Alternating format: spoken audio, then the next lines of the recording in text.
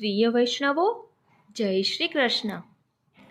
પ્રભુ કૃપા વિના કશું શક્ય નથી.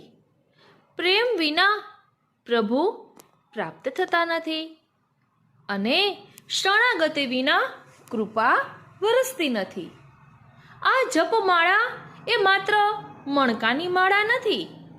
આ તો જીવને પ્રભુના ચરણોમાં બાંધતી દિવ્ય દોરી છે. 108 મણકા કેમ?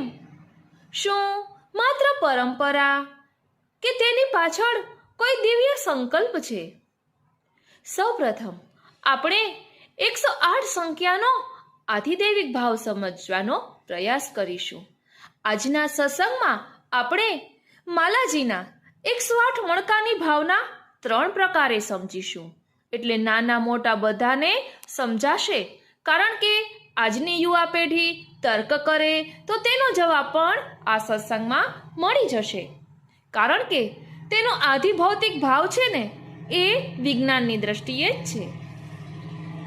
એટલે પ્રભુના અંગો, તત્વો અને પૂર્ણ પુરુષોત્તમના સ્મરણરૂપ રહસ્યને સ્પર્શતા આ 108 મણકાનો આધિદૈવિક ભાવ છે.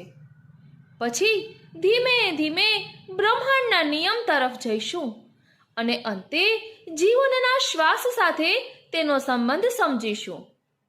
આજે આપણે જપને માત્ર સમજવાના નથી, પરંતુ તેનો અનુભવ કરવાનો છે.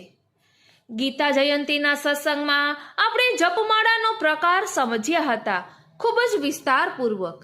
આજે થોડીક સરળ ભાષામાં સમજવાનો પ્રયાસ કરીશું. અને શ્રી ગિરધરલાલજીના 120 વચનામૃતમાં પણ જપમાળાનો પ્રકાર દર્શાવ્યો છે, તેનો પણ ભાવ દર્શન કરીશું. ગયા સત્સંગમાં આપણે 12 પ્રકારના જપનો પ્રકાર સમજ્યા હતા. હવે અત્યારે આપણે અનુભવીશું કે શ્રી કૃષ્ણ શરણમ મમ એ માત્ર કોઈ ઉચ્ચાર નથી, પણ જીવનનો આશ્રય છે. તો ચાલો પ્રભુ કૃપાથી આ યાત્રાની શરૂઆત કરીએ.